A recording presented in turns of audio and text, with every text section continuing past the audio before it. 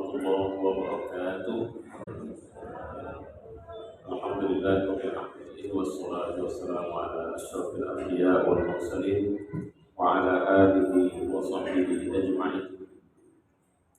Qala Allah fil Qur'an, a'udzu billahi minasyaitonir rajim. Bismillahirrahmanirrahim.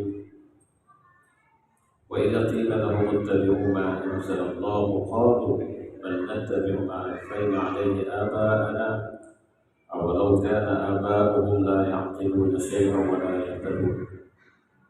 Dan apabila dikatakan kepada mereka, ikutlah apa yang telah diturunkan Allah, mereka menjawab, tidak, tapi kami hanya mengikuti apa yang telah kami dapati dari apa yang dibuat oleh nenek moyang kami, walaupun nenek moyang mereka itu tidak mengetahui sesuatu pun dan tidak mendapat petunjuk. Surat Al-Baqarah ayat 170.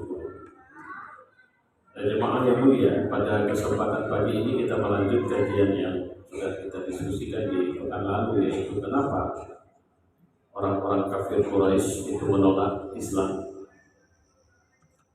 Dan penolakan ini menjadi kebiasaan bagi orang-orang sekarang. Dan ini artinya, ini nilainya. Sebab penolakan pertama kita sudah kaji di pekan lalu, yaitu sombong. Sombong ini bukan nggak mau negur. Sombong ini cirinya dua: menolak kebenaran dan meremehkan orang.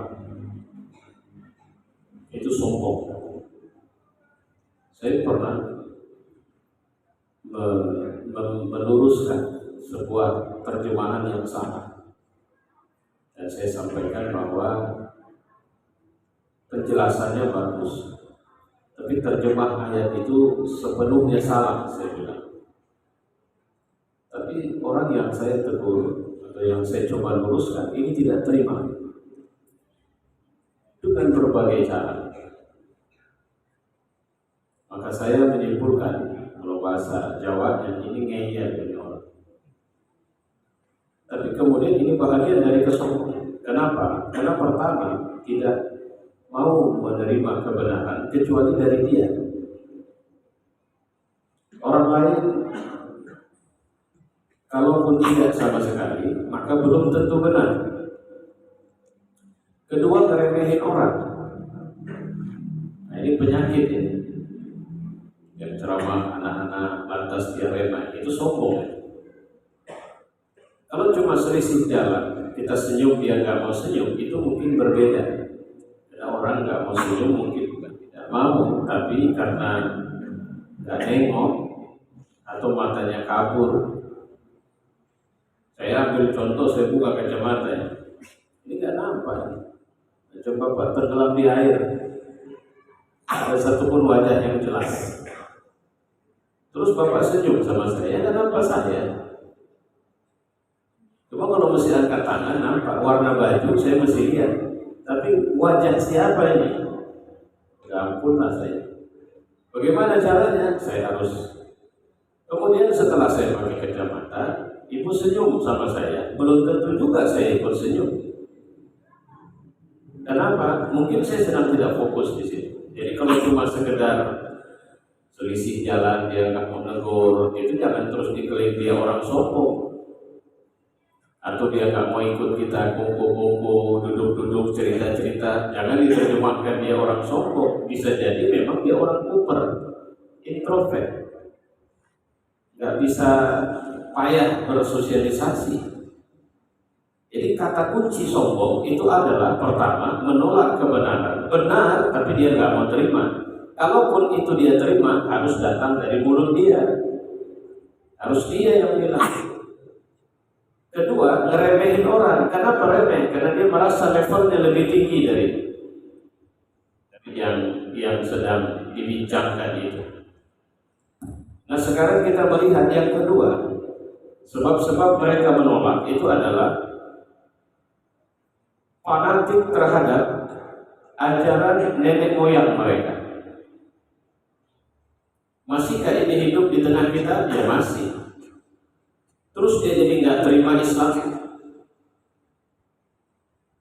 Misalnya, ini pengalaman saya di bulan Ramadan ini, saya ketika mengangkat cerita pawang hujan, ada yang nyerutuk, jangan jelek-jelekin orang. Saya bahas bukan orang itu, saya bahas pawang hujan itu tidak sesuai dengan syariat. Itu tradisi musyrik. Tapi oleh media itu dianggap kearifan lokal. Bayangin itu. Kesesatan dianggap sebagai kearifan. Terus kalau kita menolak kesesatan, kita dituding radikal. Ya udah, ini zamannya. Hati-hati, paham radikal, semua orang salah, cuma dia yang benar. Ya orang memang salah. Ya masa kita berada di kegelapan dibilang orang suka gelap-gelap? Atau kenapa dibilang kegelapan adalah gelap? Ya memang gelap. Masa orang salah, hormatilah orang-orang yang tidak puasa? Ini kan aneh. Orang tidak puasa dihormati. Seharusnya orang berpuasa, karena tidak semua orang yang berpuasa. Kok zaman kita ini makin aneh ya? Munculnya kelompok-kelompok yang berlindung di balik kearifan lokal, berlindung di balik bahwa jangan suka jelekin orang, tapi kemudian mengembangkan dan supaya kebatilannya, kekurang ajarannya itu semakin dibenarkan. Ingat kasus pertama sekali, kenapa Front Pembela Islam tidak disukai? Salah satu yang buat semua orang-orang yang berada di area kezaliman itu marah sama Front Pembela Islam. Kalau sudah Ramadan datang, Front Pembela Islam ini suka razia. Pergi ke tempat-tempat di mana di situ maksiat, perzinahan, minum minuman keras. Sebenarnya sederhana saja pesannya. Tolong dong Mas pemerintah, kami sedang ibadah lah, tolonglah yang begini-begini. Pesannya satu, tolong dong hargai orang-orang yang berpuasa. Maka wacana yang muncul berapa tahun yang lalu, hargai orang yang tidak puasa. Maaf cakap, kalau ada orang berzina di bulan Ramadan harus dihormati. Kalau ada orang yang tidak puasa di bulan Ramadan, nggak boleh marah. Bahagian dari ibadah kita, sediain makannya. Kalau ada orang yang judi, udah. Jadi ini pertarungan sebenarnya dari sejak zaman Nabi. Ketika mereka diributi atau dikasih tahu bahwa apa yang mereka sembah itu adalah salah, mereka bilang apa? Sejak nenek moyang kami ya Muhammad, belum pernah ada ajaran kayak kau ini. Tiba-tiba kau katakan apa yang kami sembah bukan Tuhan. Terus bagaimana nasib nenek moyang kami? Masuk neraka lah mereka semua, seenakmu saja. Terus kau bilang kakekmu juga masuk neraka, Abdul Muthalib. Jadi itu tadi, bukannya menerima kebenaran, tapi malah lari kepada sesuatu yang mereka yakin ini membangkitkan semangat kebersamaan. Pertama, orang-orang sesat jadi menyatu. Kedua, orang-orang yang selama ini memang tidak menyukai Islam pun ikut bersatu bersama orang-orang yang tersesat itu. Sekarang misalnya trendy orang sholat tarawih 7 menit tuntas 23 rakaat. Gak bisa diributin rupanya. Oh enggak, ini kan bahagian dari perbedaan pandangan. Ikhtilaf itu wajar. Kalau Anda tidak cocok, sudah gak usah ribut, diam saja. Gak ada kesesatan di situ. Ngapain ngeributin orang sholat? Orang tidak sholat dong diributin. Begitulah logika-logika yang dilemparkan. Ketika kita hanya, misalnya kita ributin mereka berlindung di balik perbedaan pendapat. Ketika kita kejar bahwa ini bukan perbedaan pendapat, ini iftiraq, kami juga punya dalil. Pintar sekali. Tujuannya membuat kita seperti terkesan bodoh atau merasa benar sendiri, sehingga orang digiring hanya menerima atau menolak agama dari pendekatan otaknya doang. Maka itu sebenarnya saatnya kita untuk mendalami agama dengan cara yang cerdas. Itu Bapak, Ibu, Saudara-saudara. Kita nggak bisa lagi cuma bilang jilbab itu wajib, yang penting itu kata Allah. Nggak bisa. Kita harus tahu kenapa Allah mewajibkan untuk aurat. Apa untungnya rupanya?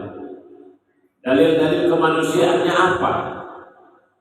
Mereka serang jihad dengan tudingan bahwa jihad itu kekerasan.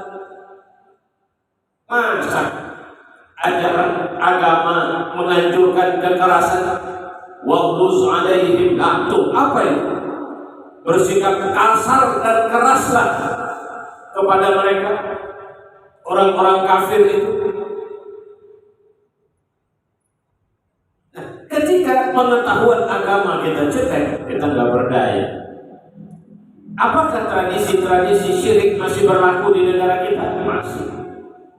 Gunung-gunung tertentu di Jawa, bukan gunung, semua gunung itu ada juru kunci. Saya nggak tahu apa maksud juru kunci di sini.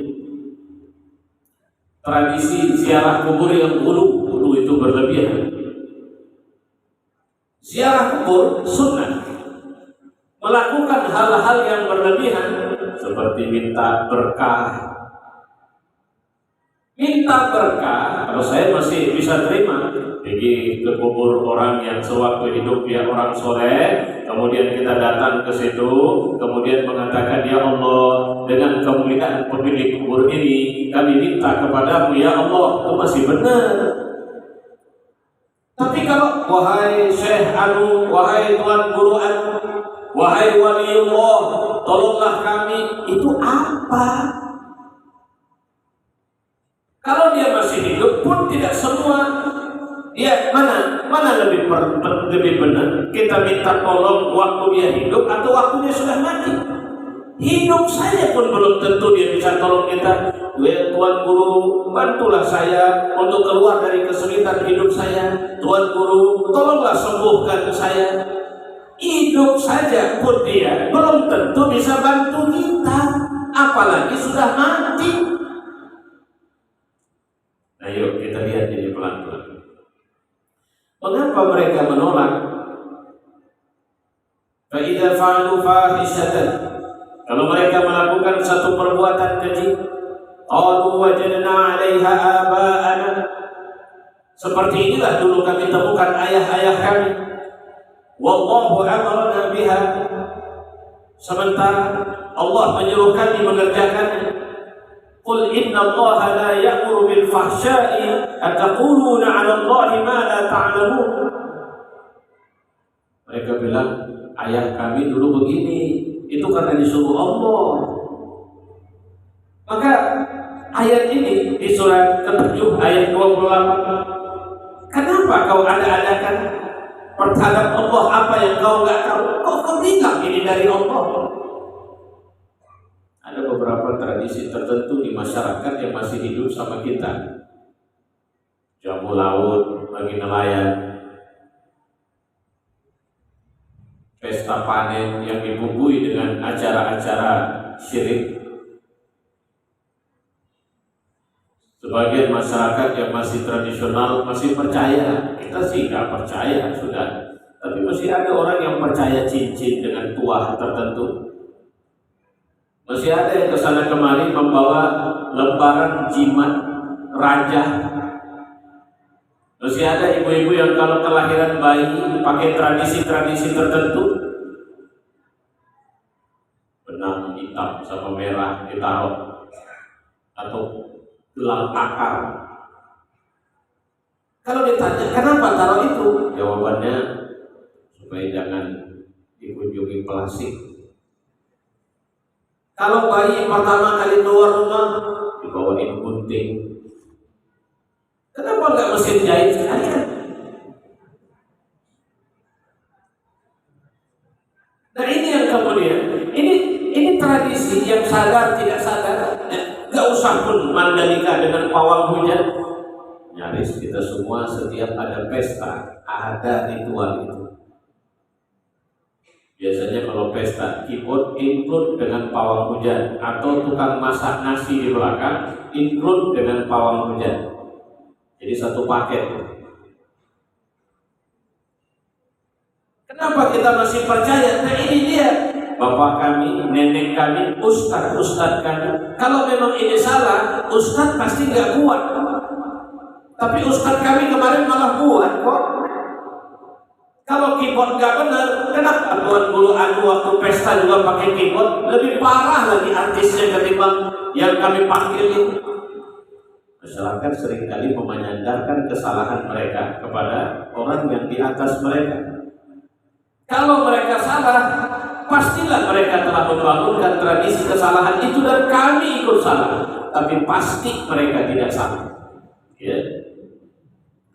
Kemudian kata fahisyah ini disebutkan dengan makna perbuatan atau ucapan yang sangat jelek atau yang melampaui batas, atau perbuatan yang memiliki hukum khusus di dunia, atau perbuatan amat jelek yang tidak hanya agama yang menolaknya, tapi akal sehat pun menolaknya.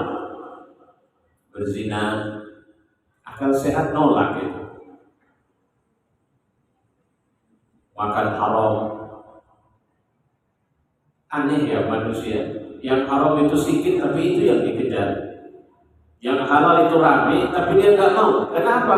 Ada sifat penasaran dalam diri kita. Atau melampaui batas, pakai baju tapi hampir telanjang. Malah bisa kesana kemana? Saya mohon maaf kalau saya bilang sekarang ini perempuan lah yang paling jadi sorotan dalam berpakaian. Karena anehnya kok laki-laki lebih sering lebih bagus lah. Kalau perempuan maaf cakap semua jenis kemaluan modelnya besarnya apanya bisa nampak dari luar, nggak perlu ditelanjangi itu perempuan. Dia sudah menelanjangi dirinya sendiri. Malah bangga dengan itu. Malah menganggap dirinya seksi, senang kalau lihat orang memperhatikan dia. Ya.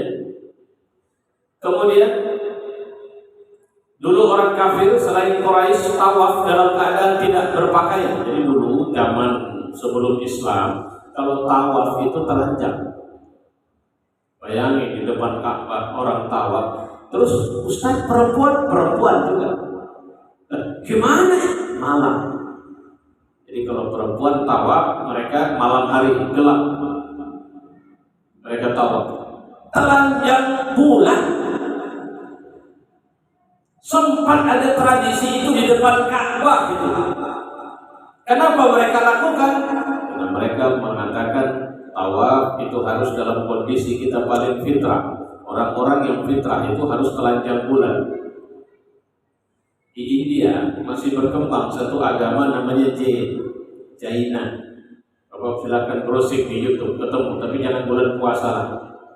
Khusus ibu-ibu. Ustadznya nggak pakai baju, nggak pakai celana, nggak pakai apa. Berondok enggak. Lah, jadi ya jalan-jalan. Karena siapa orang yang paling suci harus orang yang telanjang.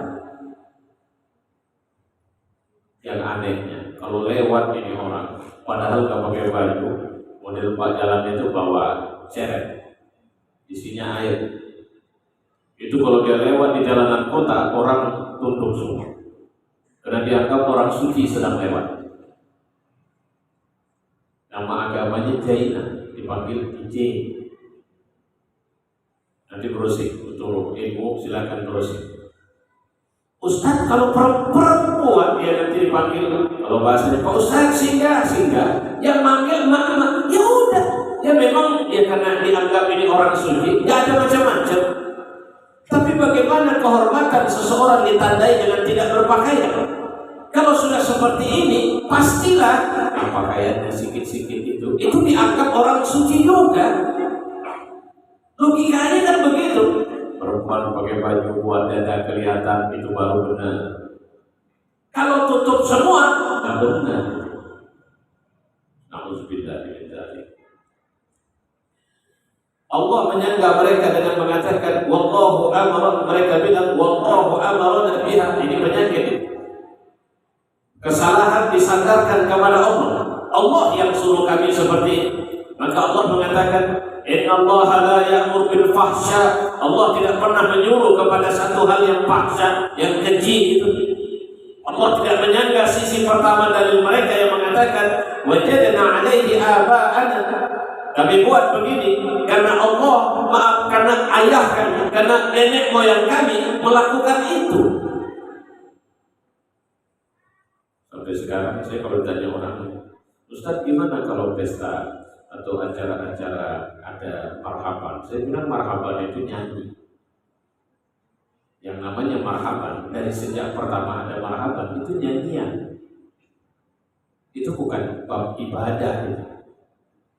Jadi kalau begitu masuk hukum nyanyi, boleh nggak nyanyi dalam pesta? Kenapa tuh ributin marhaban keyboard nggak pernah ribut? Kadang-kadang marhaban bahasnya sampai keringatan. Tidak ada itu. Keyboard nggak dibahas dia. Jadi yang saya pernah bilang, saya pernah diskusi dengan seorang yang bentar-bentar bilang bid'ah, bentar-bentar bilang bid'ah. Satu hari persis. Alhamdulillah sejak itu dia berhenti. Apa itu? Dia lagi diskusi sambil merokok. Saya bilang apa? Gini aja lah, gak usah bahas yang macam-macam. Anda selalu bilang bid'ah. Saya tanya sama Anda, yang di tangan Anda itu apa? Rokok. Terus itu apa hukumnya? Sunnah atau bid'ah? Apa Nabi pernah merokok? Apa para sahabat pernah merokok? Sudah pakai itu saja dalilnya. Tidak usah cari-cari hadis. Kasih tahu sama saya satu dalil yang Nabi merokok, para sahabat merokok, para tabi'in salafus saleh kita merokok. Ente cerita bid'ah dalam sholat, cerita bid'ah dalam zikir, cerita bid'ah dalam semuanya. Tapi tangan nggak pernah putus dari rokok. Oh, kita kan nggak bahas ini. Terus Anda merasa aman bahwa yang harus dibahas yang tidak cocok yang dengan Anda. Kalau cocok sama Anda, jangan bahas. Karena saya masih di situ. Begitu cara membahas agama. Masya Allah, beliau langsung saya ingatkan setahu saya berhenti merokok dari situ. Jadi kadang-kadang banyak orang stresnya di situ. Yang cocok sama dia tak dibahas. Ustaz, ini anak muda Ustaznya masih. Bagaimana hukum pacaran Ustaz? Karena dia anak muda, belum nikah, jawabannya ya itu boleh-boleh saja, asal jangan melampaui batas. Batasnya apa? Kasih tahu dong. Yang boleh itu sebatas apa?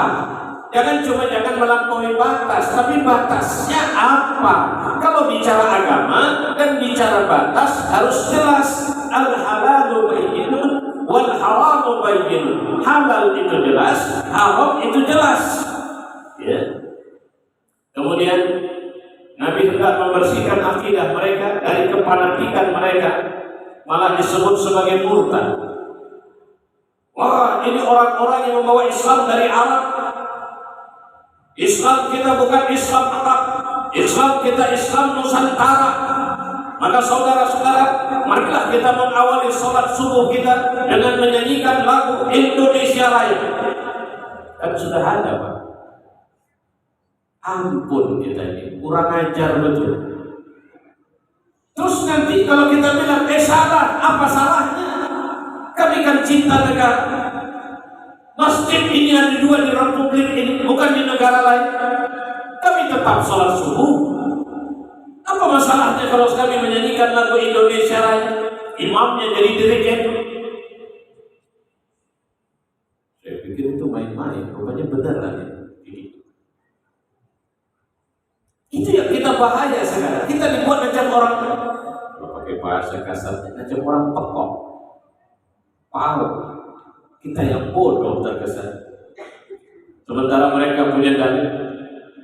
Jangan tunjukkan model-model Arab. Islam Indonesia adalah Islam cinta damai, bukan seperti Islam Arab yang penuh dengan kekerasan. Lah, kok bisa ya ngomong begitu? Makanya ketika Ustaz atau Kiai Haji Said Agil Siraj mengucapkan ini di depan Grand Syekh Al-Azhar, apa kata Grand Syekh atau Syekhul Azhar? Kalau pakai bahasa bebas saya bilang, ya jangan begitu kali. Nabi Muhammad itu orang Arab. Abu Bakar dan seluruh sahabat itu orang Arab. Kalau nggak ada Nabi Muhammad, kalian nggak akan jadi muslim. Kenapa kalian harus tuding Arabnya? Apa masalah dengan Arab? Hati-hati. Kebencian kepada Arab di negeri kita dulu di zamannya itu kerjaan PKI. Kata kadrun dialamatkan dengan sebutan kadal kurun. Itu maksudnya, itu kalimat yang pertama sekali melontarkan PKI.